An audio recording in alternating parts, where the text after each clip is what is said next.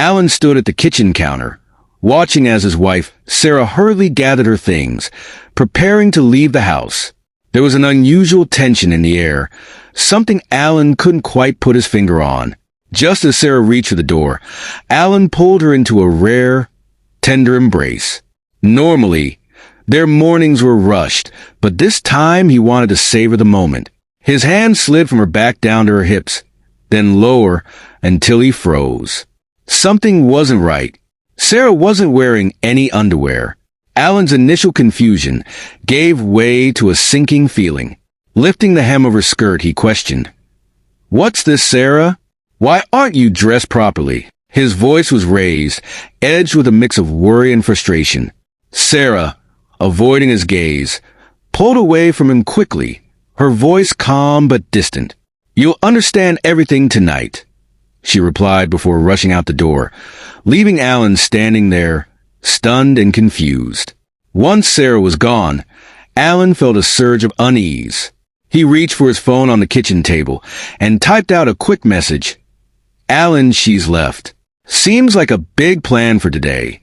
He hit send, knowing his friend Emma had someone tailing Sarah. 2 days ago, something had shifted, and now he feared the worst. It had all started that night at work. Alan, a paramedic, was on his usual night shift when they were called to the scene of a minor traffic accident.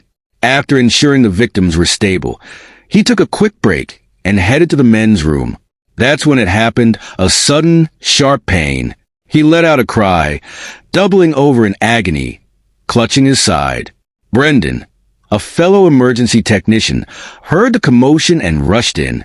"Alan, are you okay?" he asked, his voice laced with concern. Alan, still bent over in pain, motioned toward the urinal. Brendan's face turned grim as he spotted the greenish discharge. "That doesn't look good at all," Brendan muttered. "You know what this could mean, right?" Alan nodded, still wincing in discomfort. "Yeah, I get it. I'll save the embarrassment and go to the clinic in the morning. Don't want anyone at our hospital seeing this." By the time his shift ended, Alan had mustered the strength to drive himself to Mount Sinai Hospital, a place far enough from his work to avoid familiar eyes. The waiting room was thankfully empty, and before long, he found himself in an exam room, anxiously awaiting the doctor's diagnosis. When the nurse entered, she seemed uncomfortable, her face betraying a hint of disgust. "The doctor will be in shortly," she said, taking his vitals. A few minutes later, an older man in a white coat entered the room. "Mr. Miller, I'm Dr. Smith," he said, settling into the chair across from Alan. He looked serious. "I'm afraid I have some bad news. Your tests show a severe case of chlamydia, a sexually transmitted disease." Alan felt the floor drop out from under him. "Chlamydia," he repeated, his voice steady but cold. He'd only been with one person his entire life, his wife. "How could this have happened? I'm going to prescribe you a strong course of antibiotics," the doctor continued. "But you'll need to abstain from sexual activity for at least a week after finishing treatment. If your symptoms persist, come back for follow-up." Then the doctor hesitated. "I hate to ask, but we'll need to trace your recent sexual partners." Alan felt a wave of humiliation wash over him. "There's only one," he said softly. "My wife." The doctor's expression softened. "I see. Well, she'll need to be tested and treated, too. Even if she's not showing symptoms, untreated chlamydia can lead to serious complications." As Alan left the hospital, his mind was racing. Sarah had given him an STD. He had always been faithful to her. So how had this happened? Did she cheat? The thought gnawed at him as he drove home, but he couldn't bear to confront her just yet. Instead, Alan called his parents. His father answered, his usual cheery voice a stark contrast to Alan's turmoil. "Hey there, son. Shouldn't you be at work?" "Dad, I've got a problem," Alan responded, his voice heavy with the weight of his discovery. "Can I come over?" "Of course," his father said. "We'll put on some coffee. See you soon." Alan grew up in a strict, religious household where his parents had instilled strong moral values. They taught him to wait until marriage to have sex, a lesson Alan had taken to heart. He had remained a virgin until his wedding night with Sarah, and although he'd been inexperienced, Sarah had been patient with him, teaching him how to please her. Their marriage had seemed solid, especially after they welcomed their two daughters, Lorna and Gloria, into the world. As he pulled into his parents' driveway, Alan felt a knot of anxiety in his chest. This was going to be a hard conversation. His father greeted him at the door, pulling him into a warm hug. "Come on in, son. Your mother's got coffee ready." Alan embraced his mother in the kitchen before they all sat down at the dining room table. After saying grace, his father looked at him with concern. "What's troubling you, Alan?" Alan took a deep breath, gathering his courage. "I just came from the doctor. I have chlamydia." His mother gasped, covering her mouth, while his father's expression darkened. "Were you unfaithful to Sarah?" he asked, his voice stern but calm. "No, Dad. I would never." His father nodded, believing him. "I see. So what now?" Alan's shoulders slumped. "I think divorce is my only option. I can't see a way past this." His mother began to fret about the impact it would have on Lorna and Gloria, but Alan assured her that the girls would be okay. Eventually, they would understand. His father, ever practical, nodded thoughtfully. "Adultery is certainly biblical grounds for divorce. Let me call Emma Hawkins, the family law attorney from our church. She'll know how to guide you through this." Alan felt a wave of relief.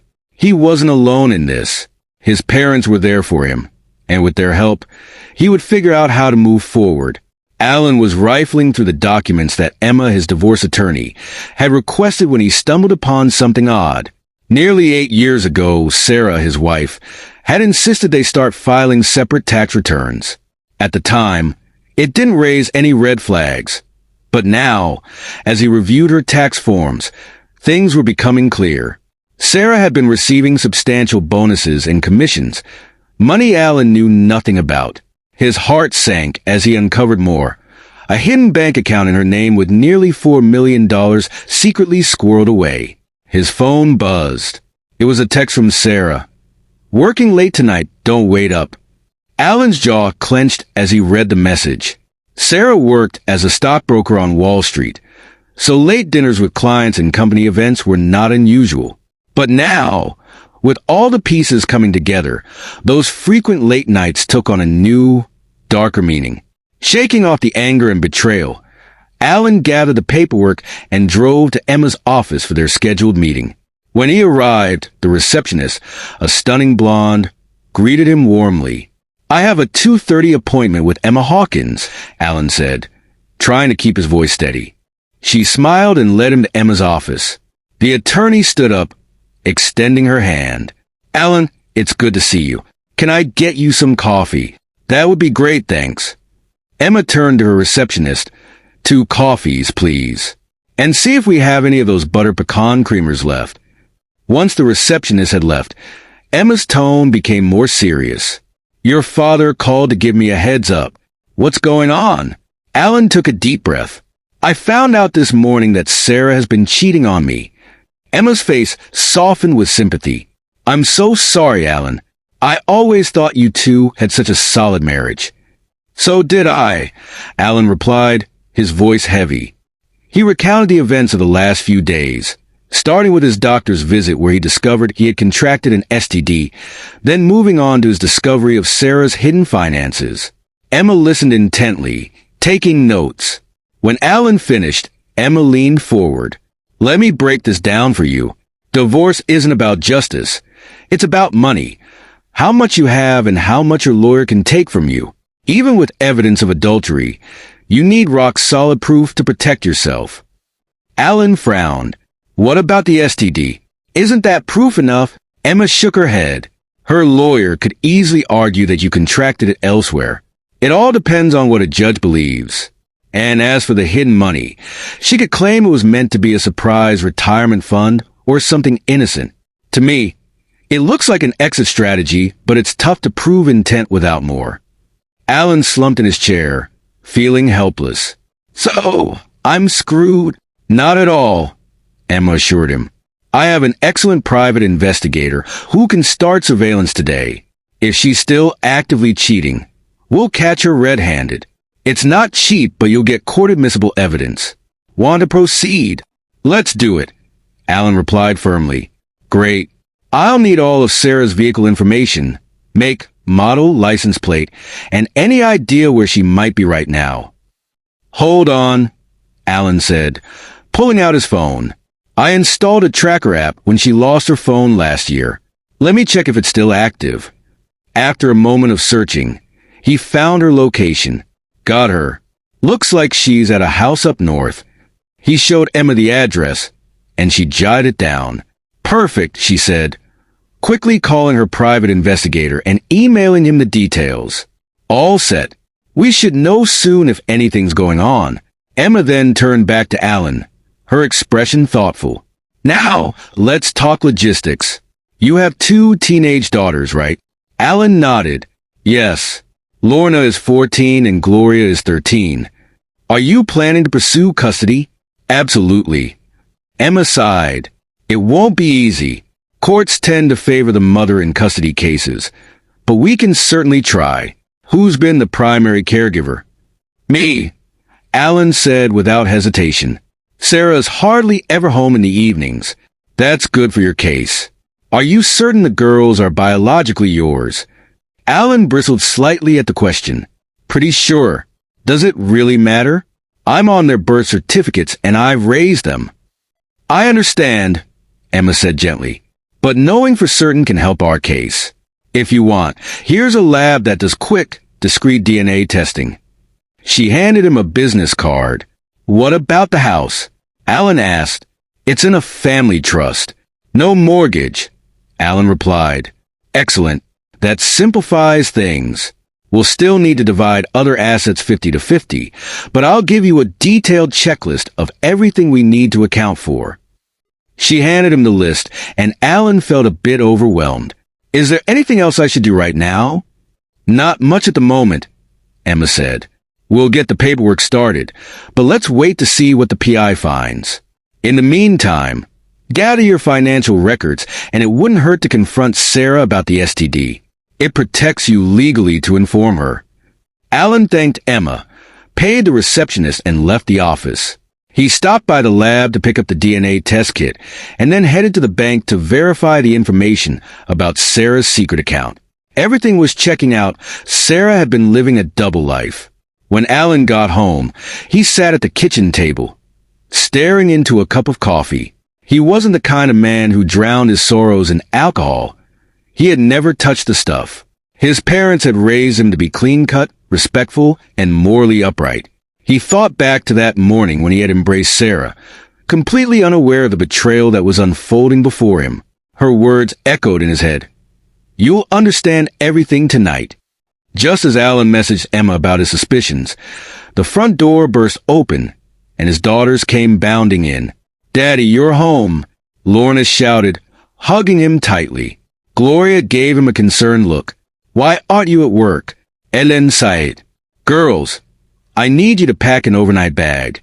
You're going to stay with Grandma and Grandpa for a couple of days. Did you and Mom have a fight? Gloria asked. Not exactly, Alan hedged. But something's wrong. Lorna's eyes widened with sudden realization. You caught her cheating, didn't you? Alan blinked. What makes you think that?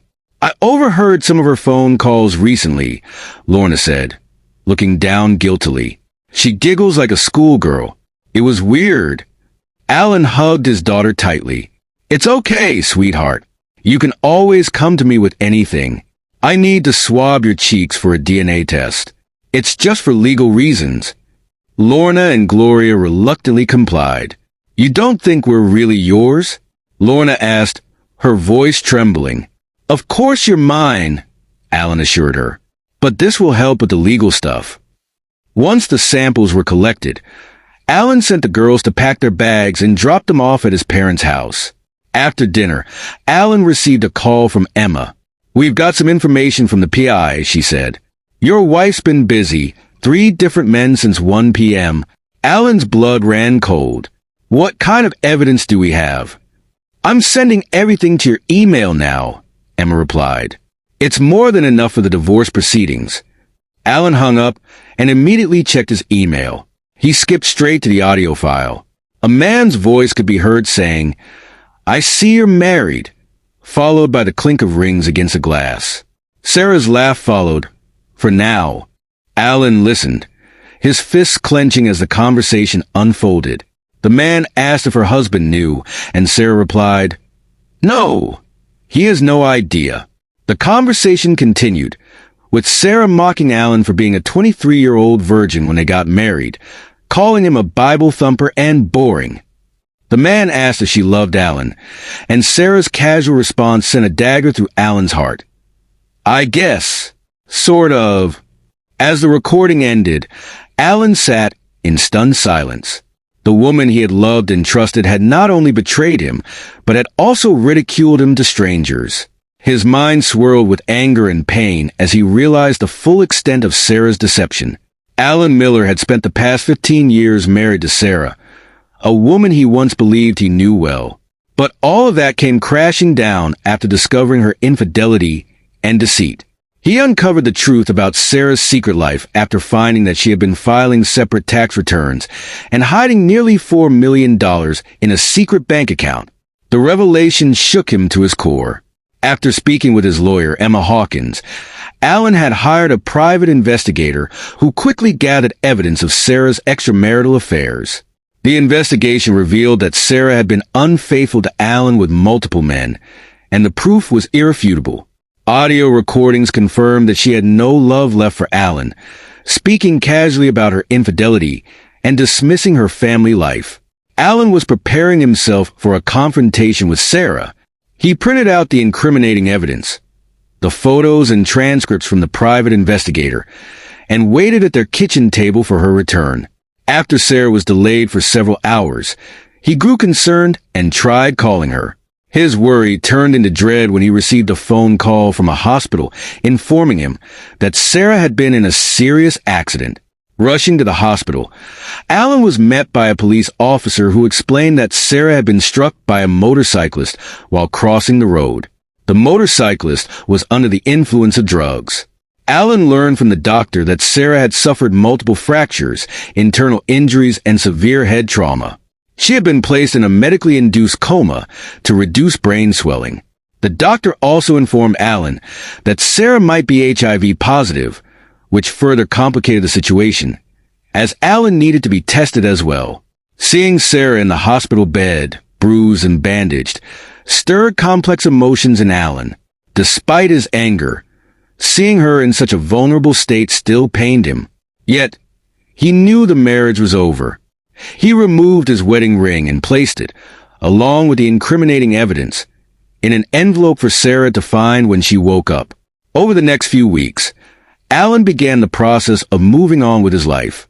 He rented a 2-bedroom apartment for Sarah, paid the deposit, and ensured that everything was ready for her return from the hospital. He also tested negative for HIV, which came as a relief, though the emotional pain lingered. 3 weeks after the accident, Sarah woke up from her coma. Alan, accompanied by a process server, went to visit her. As they stood in her hospital room, Sarah noticed the envelope Alan had left by her bedside. She tried to explain herself, but Alan was unmoved. He had all the evidence he needed to prove her infidelity. The process server formally handed Sarah divorce papers, making it clear that the end of their marriage was now in motion. Sarah, realizing the gravity of the situation, asked about their daughters, Lorna and Gloria. Alan informed her that the girls knew everything and were deeply hurt by her actions. He made it clear that they did not want to see her at the moment and that he was seeking full custody. Sarah was devastated but could do little to change the course of events. As Alan prepared to leave the hospital room, Sarah asked if she could call the girls. Alan, though bitter, allowed her to try, but he warned her that they might not answer. With that, Alan walked out, leaving Sarah to face the consequences of her actions. The divorce was finalized quickly. Alan's lawyer, Emma, helped ensure that he received half of Sarah's secret bank account, amounting to $2 million, which Alan put into college funds for their daughters. Thankfully, both Alan and Sarah tested negative for HIV. Over time, life moved on. The girls eventually agreed to speak to their mother after she offered them a sincere apology. A year later, they began spending time with her again, though their relationship would never be the same. As for Alan, he continued to heal emotionally, focusing on building a new life for himself and his daughters. Though the scars of betrayal remained, Alan found a sense of closure and peace, determined to move forward without the weight of Sarah's lies dragging him down.